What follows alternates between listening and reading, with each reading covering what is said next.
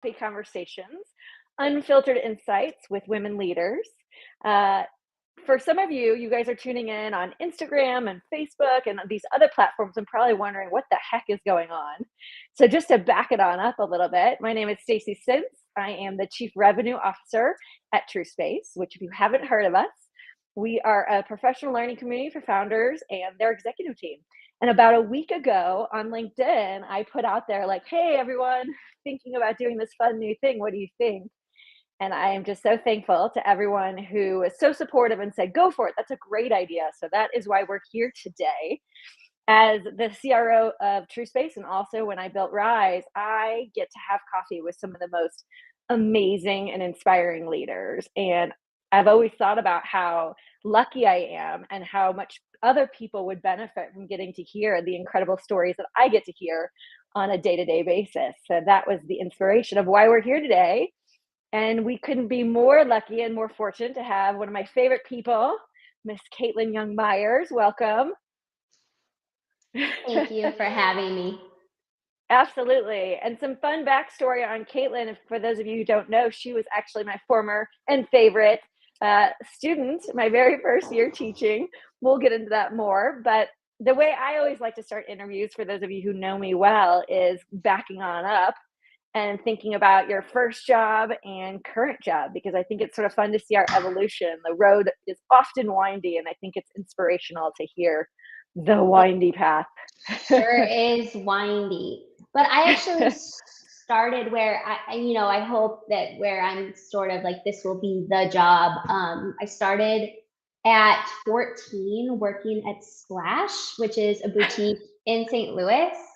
And there was it was like a skate shop, and it was starting to bring in fashion. And my sister and I worked there together and ran the store. That is so cool. I always say everyone needs to work in retail at least once in their life, restaurants at least once in their life. I feel like you learn so many skills around Oh, customer service. I worked in retail way too many times in my life. And now my title at Cynthia Richard is marketing director. And but we all know that's not the only thing I'm doing. And I In small helped. startups, you do a little bit of everything, don't you? Yeah, exactly. And honored to be considered a co-founder with my parents and my sister of the brand that we've dreamed about our whole lives. Yeah. And having known you since you were in eighth grade, I have so many things I want to talk about. I'm like, where do we I know. begin? Why don't we do this? Why don't we start current and then we'll back it up to your fun story, because there's so many layers to who you are and it's such an inspiration. So Cynthia Richard, such an amazing company. Give us a little bit of the elevator pitch, if you will. What is it? When did it start? All that fun stuff. Well, it's hard to put into words, but I'll try to keep short. It started when I was 10 years old, really. Cynthia and Richard are my parents' names. And my dad has been a shoe designer for over 36 years. He was started the Carlos Santana brand, which he grew to a significant amount of millions. I don't want to say it wrong. And he was served as senior vice president and creative director at Caleres, which was formerly Brown Shoe. And he had 3 girls, and I have one little brother who came later. And so growing up with a dad as a shoe designer, it's like every girl's dream, right? Right. And he would bring home samples all the time. And we've kind of been saying this is sort of where it started. So, this huge company, they go to Macy's, they go to Dillard's, they try to sell, and then Macy's and Dillard's picks what they want, and then everything else gets left behind. Well, all the shoes that got left behind were like amazing, like so out of the box, so cool. And we would get the samples and we'd wear them around, and everybody would ask, like, where'd you get your shoes? Where'd you get your shoes? And I think it just sort of started this dream, like, Dad, you're so talented. Nobody's getting to really experience like the full spectrum of your creativity. Like, we have to have a shoe line with all these shoes that like Macy's is not understanding or not able Right. to, pick, and Totally. just these shoes that really speak for themselves and sort of have their own personality. And so that's where it began. So it was always a dream. My mom stayed home with us. My dad was in China, Taiwan, Europe, my whole life. And then he retired and for 2 years, and then they started Cynthia Richard. Yeah, and it's been really fun to watch, being now, if I understand correctly, it started really as a direct to consumer brand. Is that accurate? Does that represent it fair? Yeah, yeah, absolutely. We started online only. Yeah, how was that getting a company started 100% direct to consumer? I know that's not always the easiest road. I know, companies like Warby Parker and these other companies glamorized it, but once it's a much more crowded space than when companies like Warby Parker launched. Yeah, I think it's definitely scary because you're doing all this front work to build the brand, to tell who you are, all this product, you're investing your whole life, all so much financially into these products, and you're like, oh, I hope they sell. But I think what we did on the front end that I'm so proud of is we spent months upon months working on the brand story and like Yeah. what we want the customer to feel. And so every day when we like put something on our social media, on our website, like we're never like wondering. And I think people pretty quickly understood the brand. And, you know, being able to keep sharing like content on Facebook ads and Google ads. I'm getting into TikTok ads, which I know I'm like late to the party. uh, that keeps telling the same story. And really, for us, the customer is at the center of that story. It was very scary, but it has well exceeded our expectations in the first 2 years. Yeah, no, it's been really fun to watch, and I've obviously been a fangirl the whole time, and I've seen that brand story. For those people who have never seen the shoe or never seen the brand, I'm curious if you can share a little bit about the brand story.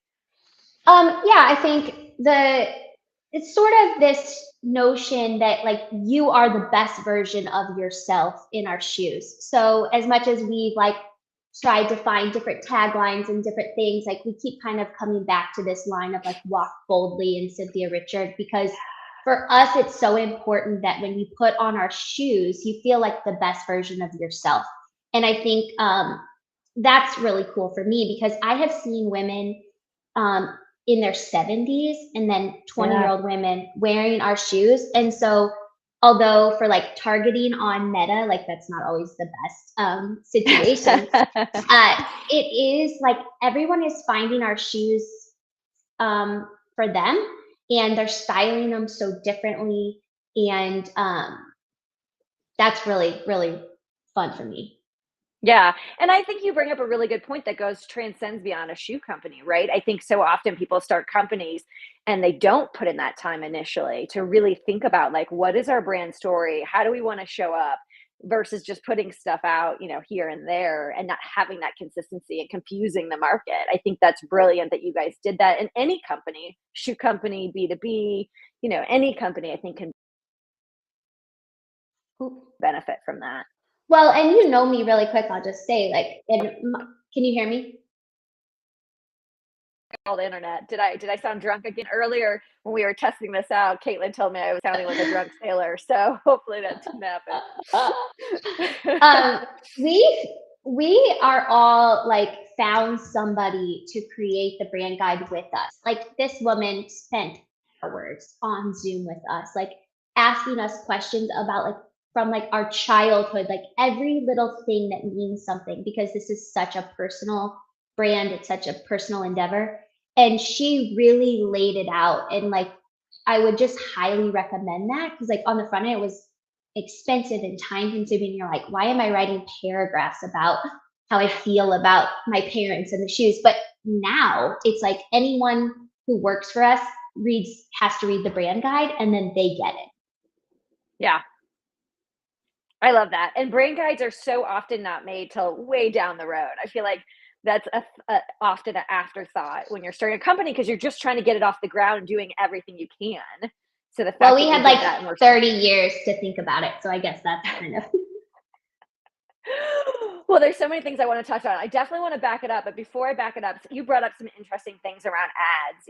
A lot of companies think about marketing and sales and how do we get in front of the client, whether or customer, whether it is a B2B play, B2C play, and direct to consumer is interesting, right? Because you don't have the expense of an actual physical brick and mortar Hmm. that a lot of businesses have. But you do often have the expense of ads. You have to cut through the noise in some ways. What lessons have you learned about cutting through the noise? And I know, ads are an interesting beast and not everyone loves them. And I know there's lots of learnings, and I know you've done a lot of learning. So I'm curious. Oh, I've done a lot of learning. So I'll say one thing about ads, and then I want to say one more thing about the direct consumer that I feel is really important. Um, I interviewed probably 15 marketing agencies, and for me, I obviously believe in the power of a marketing agency, and I think maybe that comes later in our story where, um, well, probably it'll be in-house, honestly.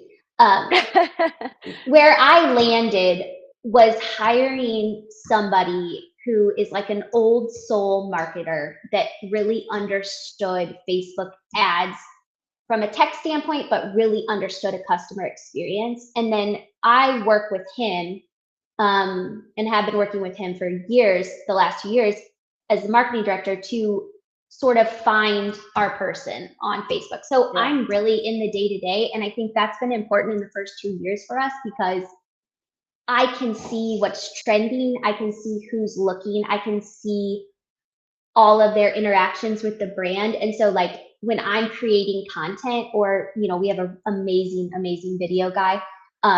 When we create content, that's in my mind. So Yeah. to hand it off to a marketing company so early and they're like, we think it should be this, we think this title, and it doesn't really represent who you are. I think that's been something I've definitely learned because I have tried to hand some stuff off and then I'm like, wait, that's not the brand. And so, um, as we grow, I think it'll move probably to a bigger in-house team, but working with somebody individually for us has been huge. Yeah. And I think you bring up some really good points. We at True Space talk a lot about there's a difference between starting a company and building a company, right? Hmm. And in those early stages when you're starting it, it is so important to keep it close and be clear about what the brand is and really make sure the right message is getting out. But I like, and I can hear you saying that, like, as you're building it, you're going to have to streamline and potentially outsource somewhere or somehow, whether it's to another employee. We start as companies having our hands everywhere and being a super Yeah. doer, right? And that's Yeah. so powerful, getting a company off the ground. But that transition from being super doer to building a company and trying to scale it, it's an interesting transition.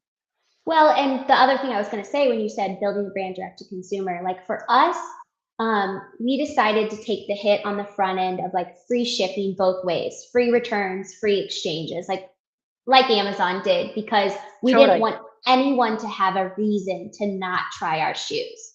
We Yeah. Smart. send you a label directly. If you can't print a label, we'll mail you a label. You can exchange multiple times, and then we take our customer service very, very Mm. seriously. Like we want every single person, like if you have a problem with the shoe, if it's not working, if you need help, if you need a new lace, like we are working with every customer, getting to know them, hearing their story. And so like you said, growing the team, like I'm training with a new customer service person for us. And I picked her because I know that she can represent the brand and the kindness and like the feelings we feel for our Yeah. customers. And so that's been part of our brand guide and our brand story is that like we want everyone to know like you are making our dream possible and you are important to us.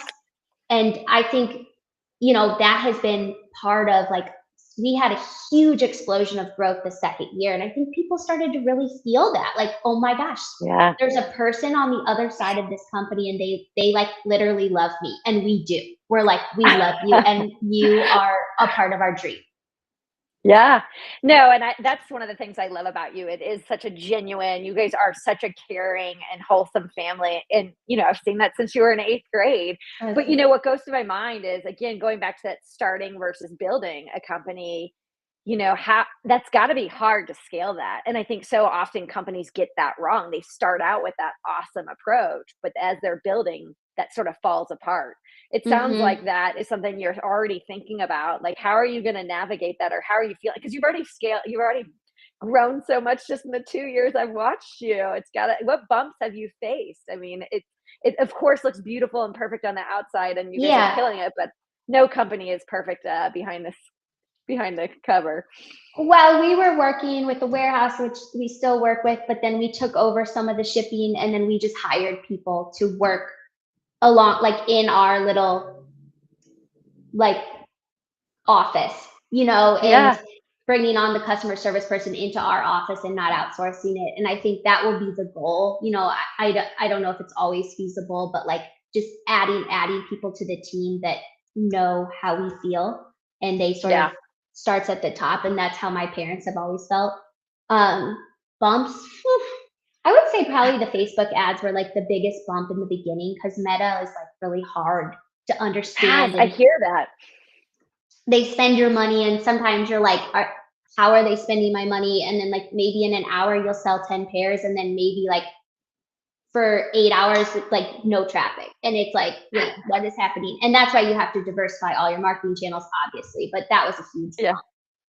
And yeah. also trying to do everything is always a bump. Yeah, I hear that. Well, let's pause on that and come back to it. Let's back up Okay. because I know you so well. But and obviously folks from St. Louis or people who've heard me interview you before know some of the fun stuff I know, but I want anyone who potentially will watch or is tuning in. You've had such a fascinating path. I think there's this pressure when you're younger to feel like success is going to be this linear experience, right? I'm going to have this idea, I'm going to go do it, and it's going to be amazing, and the end, right? But Hmm. reality is it's such a journey, and I think, the more we can tell that story, the more courage hopefully we'll give others to actually go after their dreams. So Yeah. I've always appreciated how transparent you are, and I think you've had a really interesting story. I got to run into in 8th grade, which, it's funny you talk about Cynthia Richard, and I wear sample size shoes. So I remember you bringing So me some of funny. those samples and loving that.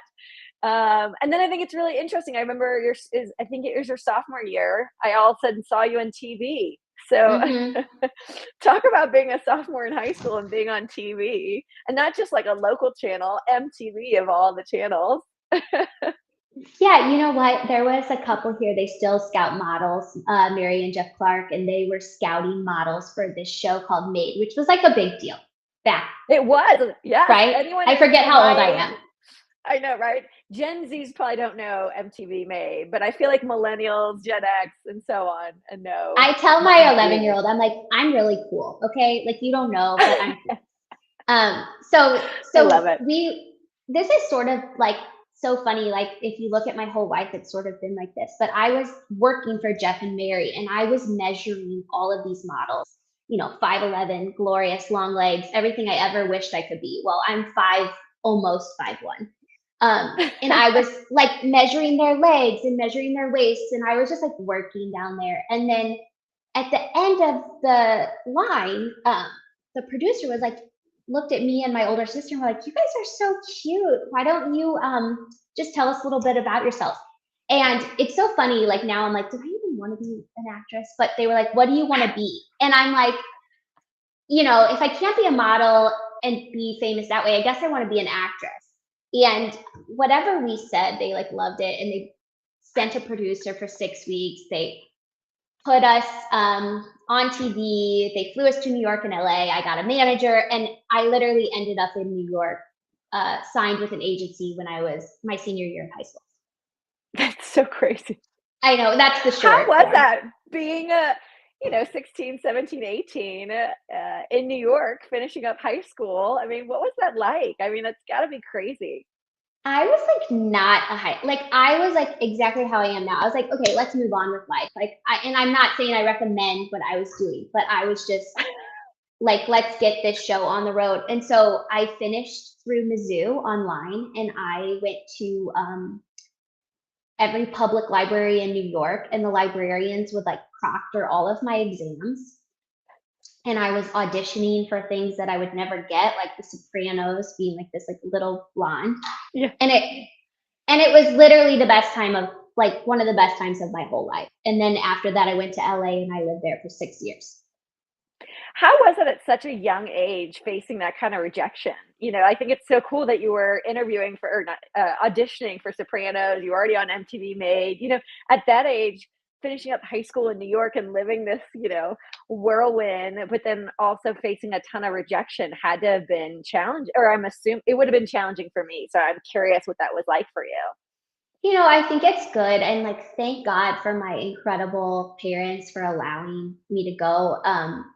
Everything I felt and experienced, I would want to shield my own daughter, 11-year-old, from. Oh. Um, but I would never do that to her because every rejection I experienced, every single time somebody said no, everybody's like, "You're not right for the part," or "This isn't for you." Like, all of that has so made my confidence level in who I am. I would say that combined with my faith, which is so important to me, has made me so strong on the inside.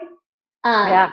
so I cried tons of tears. I felt like I'm never going to be good at anything. And all of those feelings you just would never want your kids to feel. But thank God I felt them because it's just something in me that I know who I am and no one can take that away from me. Yeah, I think that's so interesting. And you and I have talked about strengths and shadows and how, it's so crazy that a lot of our strengths today, or a lot of the good comes from some pretty not so pretty bad, right? And Yeah, it's like, how do you navigate and pick yourself back up after the bad that allows you to enjoy the fruits of that challenging time?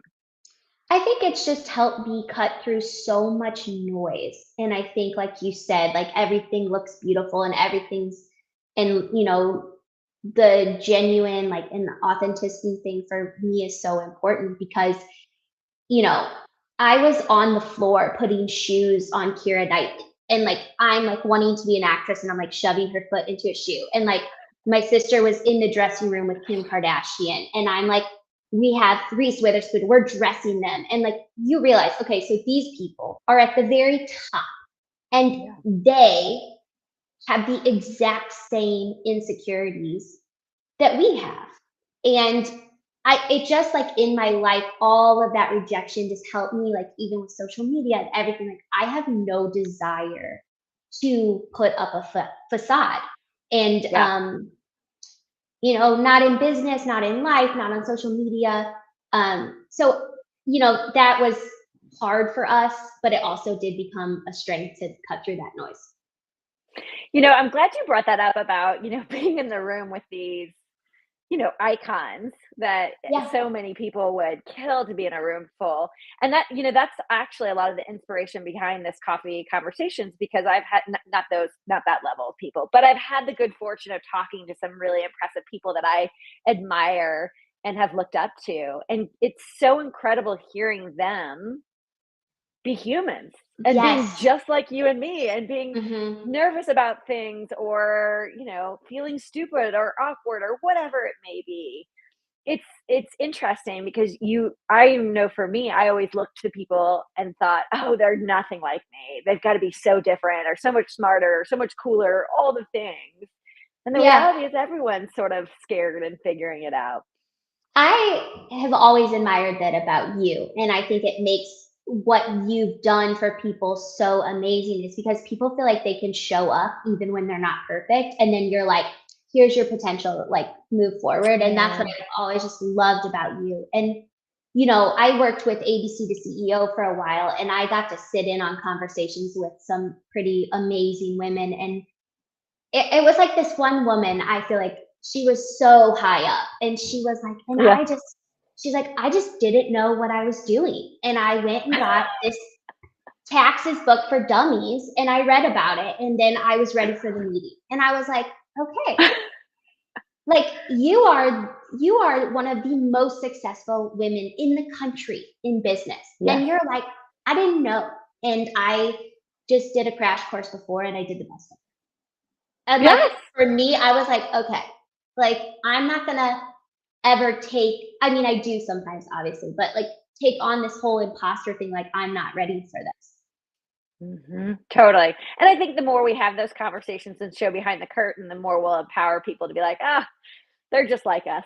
Exactly, exactly. And I think everybody is. And the second somebody acts like they're not, for me, is like a red flag. I'm like, okay. We know what's really going on here. Yeah. Well, so you were in New York, and then you mentioned you went to LA. At this point, it sounds like you are still pursuing acting, Uh-huh. and so you move out to LA to pursue it more, I assume. Yes? Yeah, I was How was that? pursuing. I was actually really good at acting, which is so funny. I was really good. I had some amazing teachers. I was really bad at auditioning. I would just Oh. go in the first audition, get a call back. I remember I got a call back with like an Edward Norton film, and I was like, okay. And then I went back for the callback and I just choked, like Yeah. that was just sort of my thing. Like I just wanted to over deliver and I would just panic. Um, and then I started UCLA when I was in LA. And I ended up in my sister Megan and I, she's part of all of this with me. We Yes. ended up in an extreme marketing class with this brilliant teacher. I mean, I don't even know where he is. One of the most brilliant men I've ever heard in my life. And he was like, let's market something you know. What do you know better than anything? And we were like, shoes. Like, we know shoes. And that's how my first company, KM2, was born out of a UCLA marketing company. So while I was auditioning, I started this company in LA.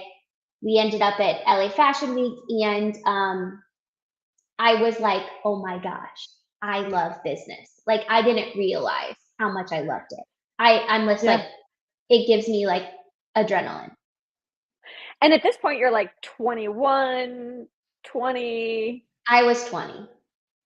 But you know what, Stacey? I just want to say, so I thought I wanted to be an actress, all this stuff. But like, actually, when I was 8, I started a carnival in the neighborhood, and like we got the whole neighborhood to come, and like we made so much money that summer. And I think like if I really look back, I'm like, I think I was always an entrepreneur. Yeah. When you kind of look back at all the clues. Well, it's funny you say that because a lot of people talk about entrepreneurism. Like, is it something you're born with, or is it made? And it's funny because I always said made because I grew up in a family of not entrepreneurs, very risk averse people, and just like you, from a very young age, was very much entrepreneurial at heart, and thought, well, maybe I'm just a weirdo that whatever. But it's Yeah. funny because since meeting my bio dad, as and some people know, I Yeah. at 41 learned that anyway, all that to say, and having a relative that is very, very entrepreneurial, I have a hypothesis that there's a gene, that there's an entrepreneur Yeah. gene You're out like, this there. is where it So came from. It has to be a little bit in your blood. I think so too.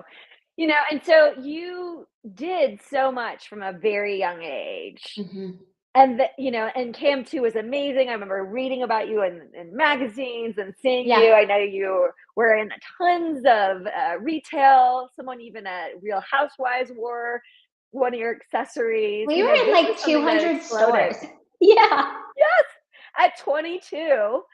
What was that like? I mean, was it just you were just rolling along and you didn't even realize what you were? Because I remember when I was in my 20s, I just had blind ambition and was oblivious, and that I like giggle at how naive I was and how aspirational. I had so much courage, and I'm like, what was I even thinking? Why did I think I could do that? Totally. Totally. Well, thank God for my incredible parents that like always just was like, yeah, you can do it.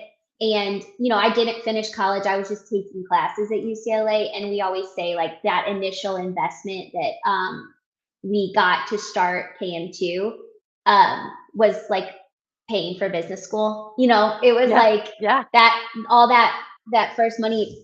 I would say I just learned so much. There wasn't the infrastructure, there wasn't the systems. Like my brother-in-law always talks about, he's like an engineer. There was not the systems for growth. Um, yeah. so when it started to get really big, it was like panic. And then I had my second kid, and like we can get into that. And it was just sort of like, it just wasn't working. But as dumb as I felt when that company like shut down, and I cried a lot of tears. I would never trade it because there is literally no way we would know what we know this time Yeah. from that. I mean, there's no way. And this, now that I'm in this company, this dream of my parents, so honored to work for them and with them. Um, I'm so glad that that knowledge went into this. Yeah. So I don't regret it at all, even though at the time, I mean, I felt dumb so many times in my Girl, right there with you. Shutting life. down a business. Been there. But you're right.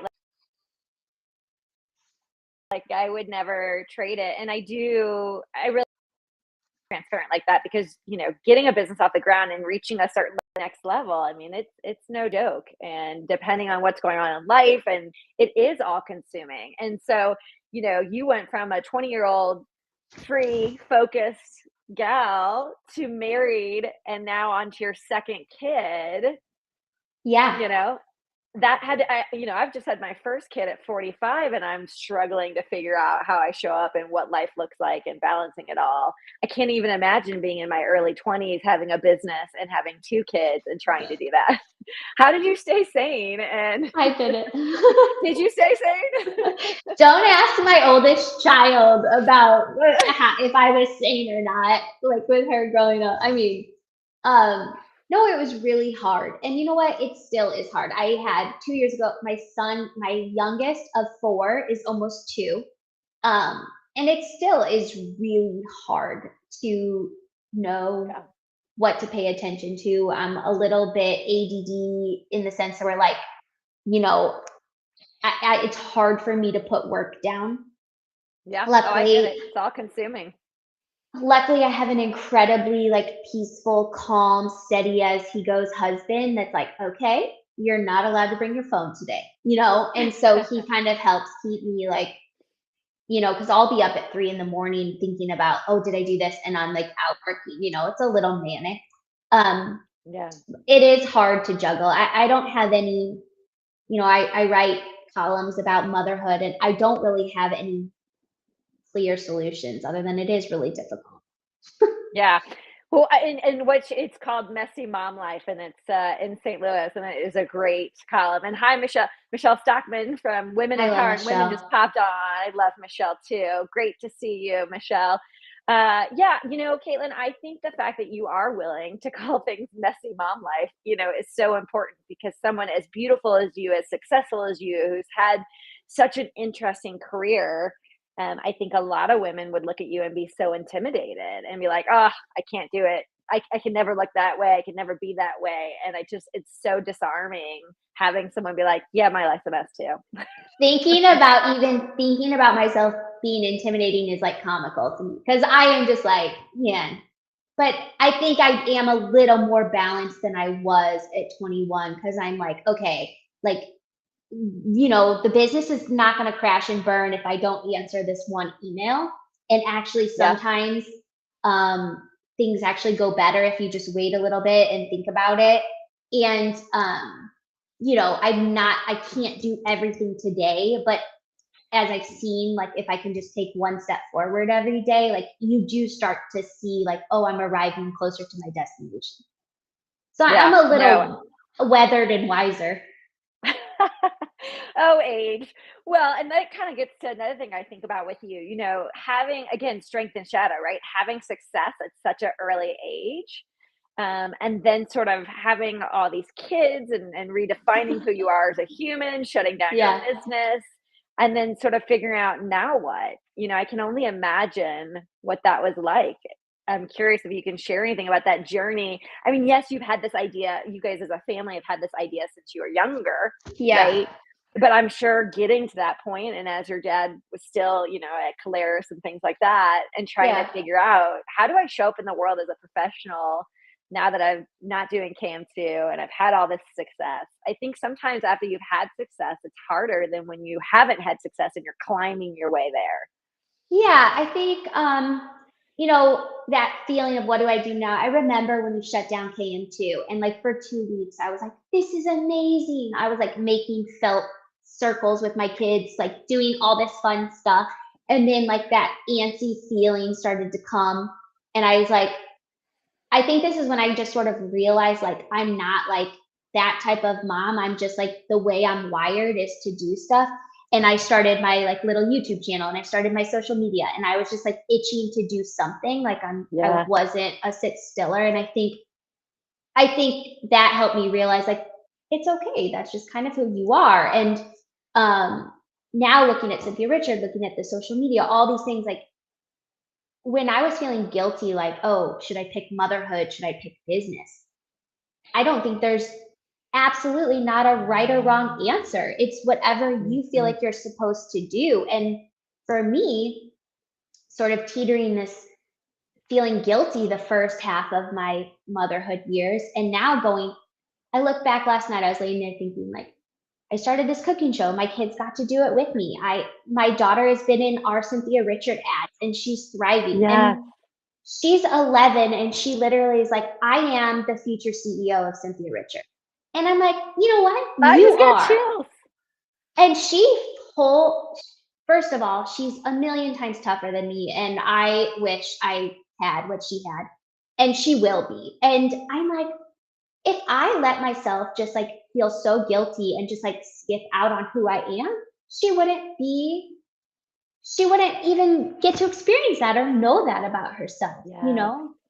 So I Yeah. think the biggest thing I preach to myself is stop feeling guilty. Like if that's Yeah. who you are, like and you are an entrepreneur and you know, bring your kids along for the ride. And I did start doing that a lot more and that's helped a lot.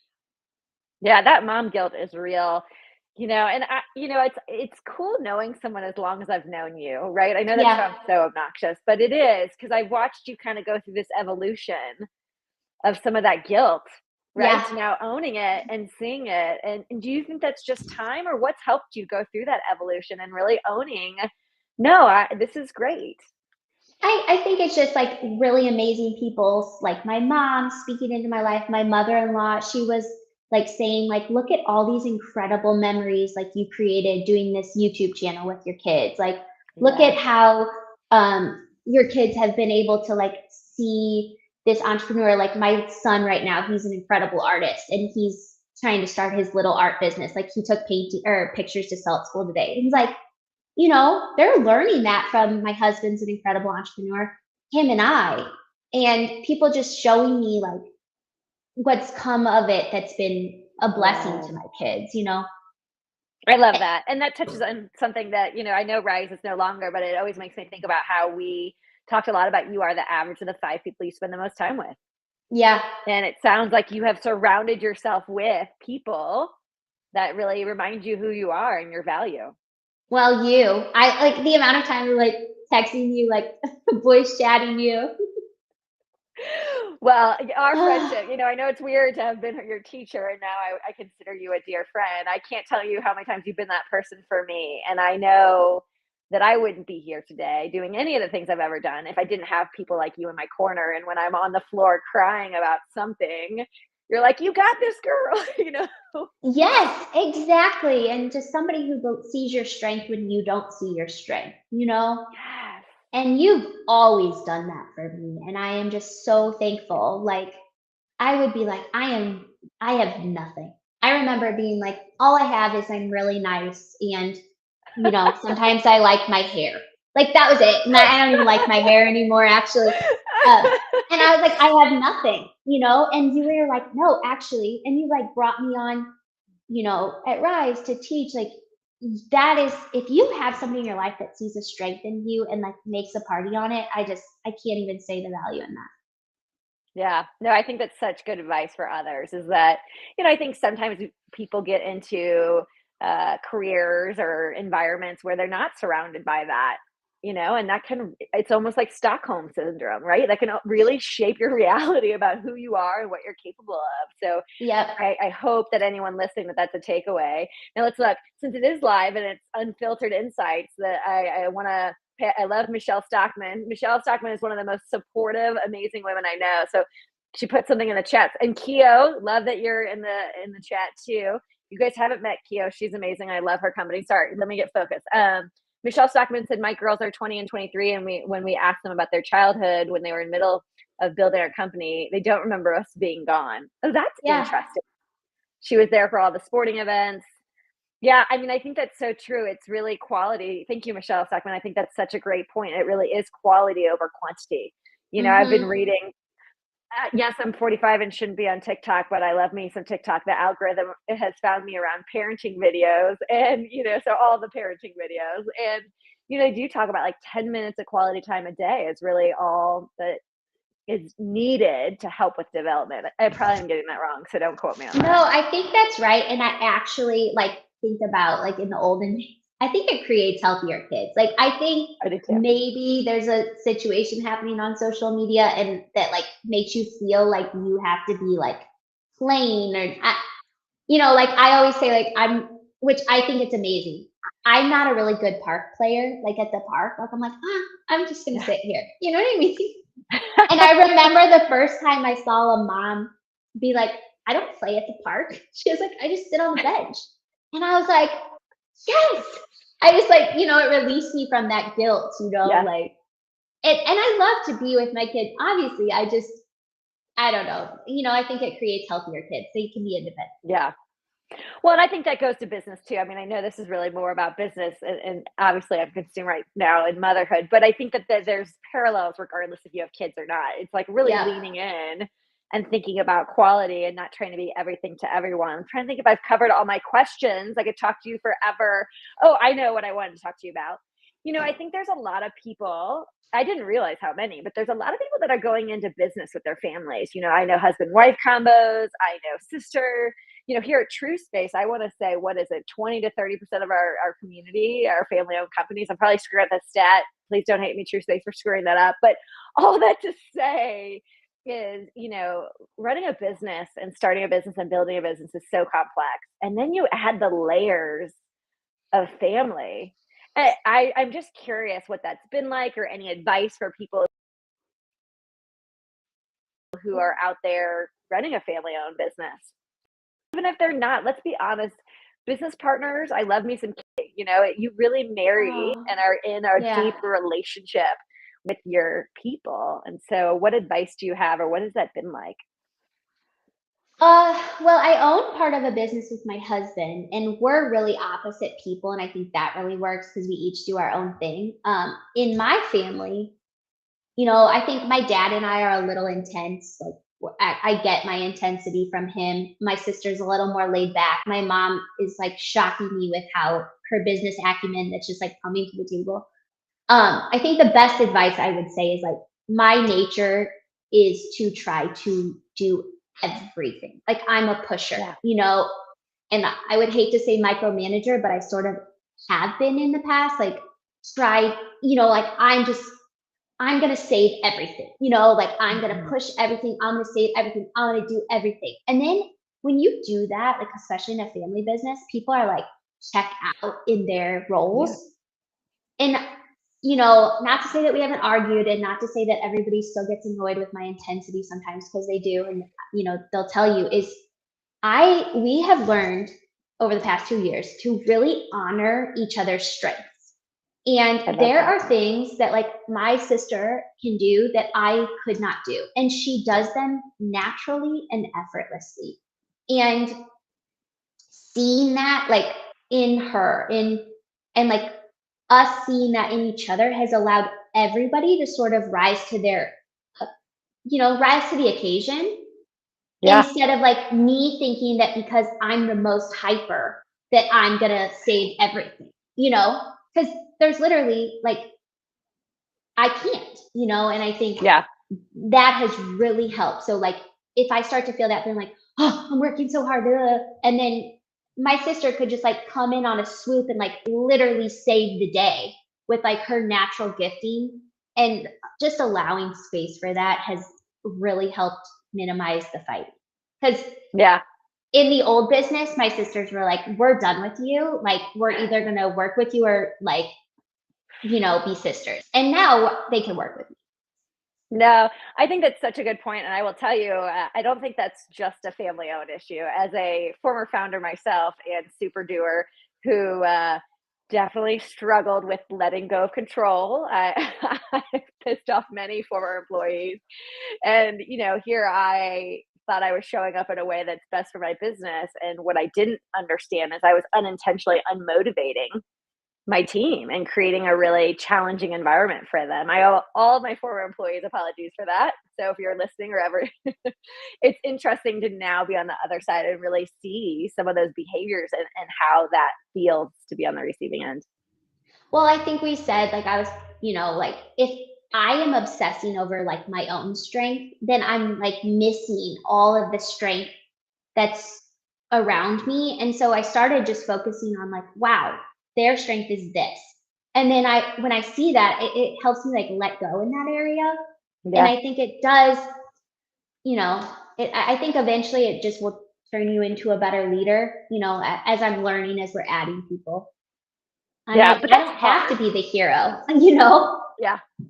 Yeah, but I think all founders, well, it's a really bold statement, but I think a lot of founders really struggle with that. This is their heart and soul, their baby. It's hard, when something's so important to let go a little bit. And to grow, you have to let go. But that's, I think, a painful and challenging process. Yeah, and I mean, it helps, like, it's my parents, and I have so much respect for them anyways, just, like, naturally, and it's, their names, it's who they are, it's everything they've dreamed about, and I do feel honored to work, like I said, with them and for them, and so I think that's helped too. I'm like, "Wow, this is the dream, and I'm not gonna mess it up," you know? Yeah, no, I think that's so wonderful. Well, I could talk to you forever. And Michelle Sackman, you're so sweet. Yes, I definitely did learn. And I was definitely a better boss towards the end than I was at the beginning, but I'm sure I still had many opportunities. And everybody adores you. So, anyways, far from true. I am just so thankful, Caitlin. I have always, wanted to do fun, different things. And, I feel the most fulfilled when I get to shine a light on other incredible humans doing really cool things. And you are absolutely that person. And when you're scared and want to try something new, having such a soft landing and someone who's always like, yes, I'll do it. And just always showing up and so ready for anything and always being incredibly supportive. So thank you for being you and being a champion of mine through the years and being the first guest on Coffee Conversations, Unfiltered Insights from Women Leaders. I'm so honored, so honored. I can't wait to see where this goes. I'll be tuning in every week. Yes, and for those of you who tune in or out or whatever it may be, again, about a week ago on LinkedIn, I put it out there. Hey, I'm thinking about doing this. I am finally shaking off the fog of IVF and motherhood, and want to get back to my roots of featuring incredible women. I think there's power in stories. There's power in hearing about what people are doing and showing behind the curtain, if you will. And so that is why we launched this. Yes, it's on Facebook and Instagram and YouTube and all the things, because trying out technology of Restream. So if you've popped on from any of those platforms and are confused, what the heck are these people doing and why are they doing that? That is the backstory. You all said on LinkedIn to do it on Fridays, and we're doing it at 12 Central Time. And so if you guys know anyone that I should feature, let me know, because I want to continue to do this. And Caitlin, you being on the first show when probably no one's watching at all, we'll have to bring you back when hopefully we actually have an audience. I If can't wait to anyone wants, see how many if companies start. Oh, you're so sweet. Now, every podcast or show has to have a signature question. And Yeah. and since we're calling it Coffee Conversations, with, by the way, this coffee mug I got from True Space during our holiday party. Yes, and I'm that annoying person that's like, I love yes, it. and actually it's an and, not an or. So I'm sure they're like rolling their eyes, but they're so kind and they got me this coffee mug. So go True Space. So I needed a signature question. So the signature Yeah. question I came up with, and it was also inspired obviously by the founder of Spanx, Sarah Blakely. I love how she's always, has her coffee cup and has the sayings on them. So if you were to write a message on a coffee cup that every aspiring leader would read every morning, what would it say, friend? What would it say? Thankfully, I did I give this question in advance because it's not an easy question on the fly. Well, I was coming up with like some that were like really inspiring and some were kind of poetic, and I was like running them by my husband. And then I said, what if I just said, stop trying to do everything? And he was like, yes. Like, cause that's like what he says to Done. me every day. And I was like, okay, like, I guess that would help me every morning if I looked at that. So that's my Yes. coffee mug.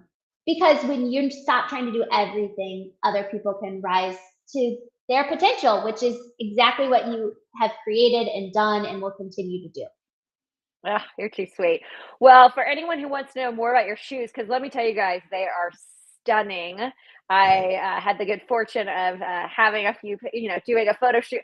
I was like, my business was falling apart. I was shutting it down. I felt so low and felt like such a loser. And cute, you, 7 months pregnant, 9 months pregnant, were like, come do a photo shoot, dress you all up in all these like fabulous clothes and put these fabulous shoes on you. Talk about like a confidence boost when you're at your low. And literally, I think you gave birth 2 days later. I'm probably, I probably did. And here she's like squatting down, taking pictures and like posing me in your beautiful shoes. Oh. So, if somebody is curious to learn more about your stunning shoes, I'm curious where they can go. How can they learn more about you and your company? You can go to cynthiarichard.com. And if you want to learn about my dad, who's an incredible designer and his history in the shoe industry, his name is Rick Gelber. He's on LinkedIn. He's brilliant and a great person to connect with also. Yes, he absolutely is. Well, thank you again, and Michelle, and also Keo. Thank you for being the people commenting. We're Love so both of grateful to you. have guests. Don't worry, I'll make clips and we'll put it out there regardless. Thank you for being such a good sport and doing this fun live with me. And there will be many more, assuming I don't check it out past this one. Oh, Have a so great. fun.